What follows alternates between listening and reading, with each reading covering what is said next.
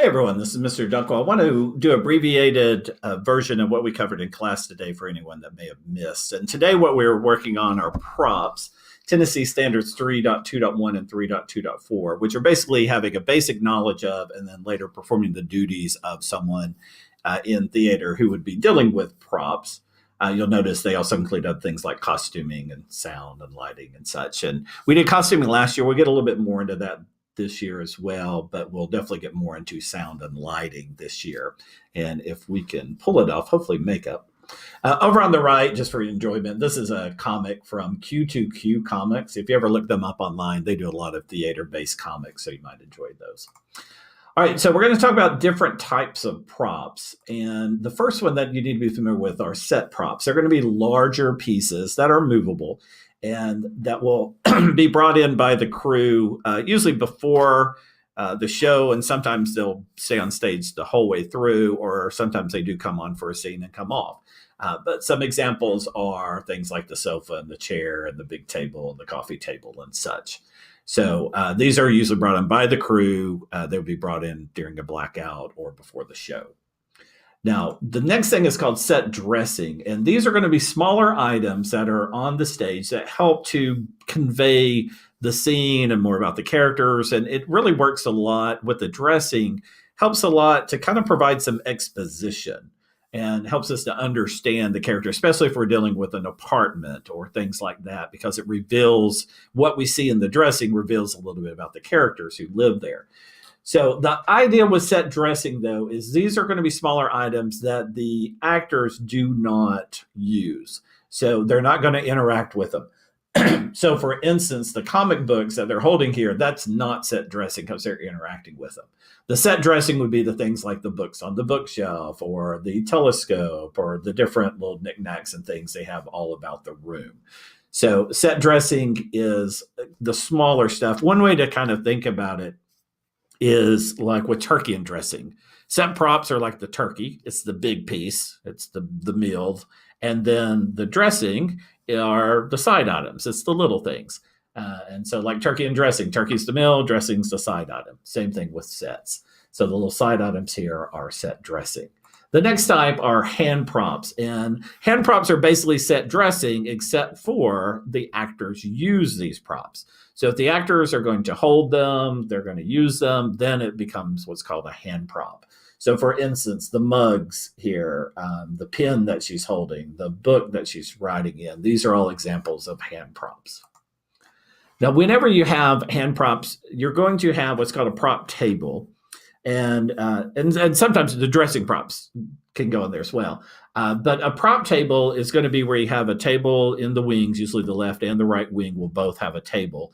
And if you were in the play last year, which you were, we have prop tables, and I typically used bins before. But what you see quite often is they will paint out sections here and put the props inside those taped or painted parts. Usually it's just tape.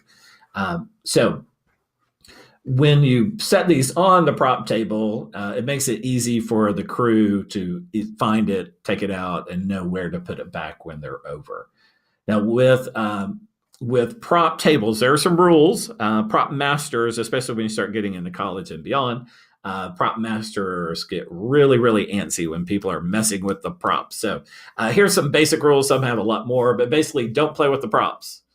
Just because that gun sitting on the table looks like it'd be a lot of fun to play with, the prop gun, leave it alone. Don't play with it. Secondly, don't sit on the furniture. If there's furniture pieces in the wings that need to come on later, like a chair or something, don't be sitting on it. You might mess it up.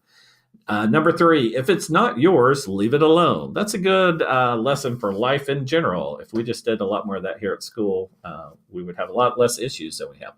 Number four, put your prop back on the table when done. So it's real important that you put it back where you found it. Prop masters, their job is to inventory everything. So at the end of practice, everyday rehearsals, they will go through and inventory, make sure everything's back and it's in its proper place. And number five, if it's not a prop, don't put it on the table. Again, they like to have everything in its place and they taped everything off and they don't want your water bottle sitting on there if that doesn't belong. So just leave everything off that's not a prop. Now, some other types of props that we have. One's called trim props. Trim props are going to be things that are hung in the scene that are things like curtains or blinds or pictures or things like that. So they're part of the set itself, but they're hung onto the set. And typically with this, they're going to be done before the play starts, before the first scene, the opening scene. However, there are times where trim props are changed out throughout a play. Actually, in the play we're doing, we'll be changing out some of our trim props with our posters that will change to help convey that's a different area of the school. In Friends, for instance, here's an example. This little frame on the door would be a trim prop. Personal props are going to be props. They're basically hand props, but what makes them personal props is that they're part of the character. They're meant to help develop the character, so the actor is responsible for them, not the prop master. So, for instance, Benedict Cumberbatch here, Sherlock Holmes, the pipe would be a personal prop. So Benedict Cumberbatch would keep the pipe with his costume stuff. So even though technically it's a prop and a hand prop, it's not something that's going to be on the table that the crew's dealing with or things like that. It's going to be what the personal actor does. Wonder Woman's lasso, in Friends, Joey's man purse. These are things that the actors are going to bring on themselves, not have it on the prop table. A practical is basically it's a hand prop because it's going to be used by the actor. But what makes it different is a practical is an electric prop that actually works. So, for instance, in some scenes, in some plays, you might have a set that has a lamp and a person acts like they're turning on the lamp, and then you bring in an overhead light like a flood or Fresnel or something to light up that area. But in other scenes, they actually will have a lamp that's plugged in, and you turn on the lamp and the bulb inside the lamp comes on, and it adds some extra light. And so lamps are where we most see practicals being used. For instance, the lamp in A Christmas Story, the little leg lamp that the dad loved and the mom hated. This is a practical. You can see how it's plugged in and it's coming on. It's illuminating itself through here. If you ever saw the movie Shawshank Redemption, there's a part where the character Andy Dufresne, Tim Robbins' character, is in the warden's office, and he takes a record player and he turns it on and puts a record on. And if you watch it, the record player is actually spinning. It's working. It's plugged in. So that would be called a practical. So quick recap. Set props, big. They're movable items, but they're the big pieces. It's the turkey. It's the big pieces like sofas and chairs. Set dressing, they're going to be smaller pieces, help kind of convey a little bit more about the characters and the mood and things like that. Hand props are going to be small props that the actor actually uses, especially things like cups and pens and notebooks and so on. Trim props are going to be hanging props, curtains, posters, pictures, blinds, that kind of stuff.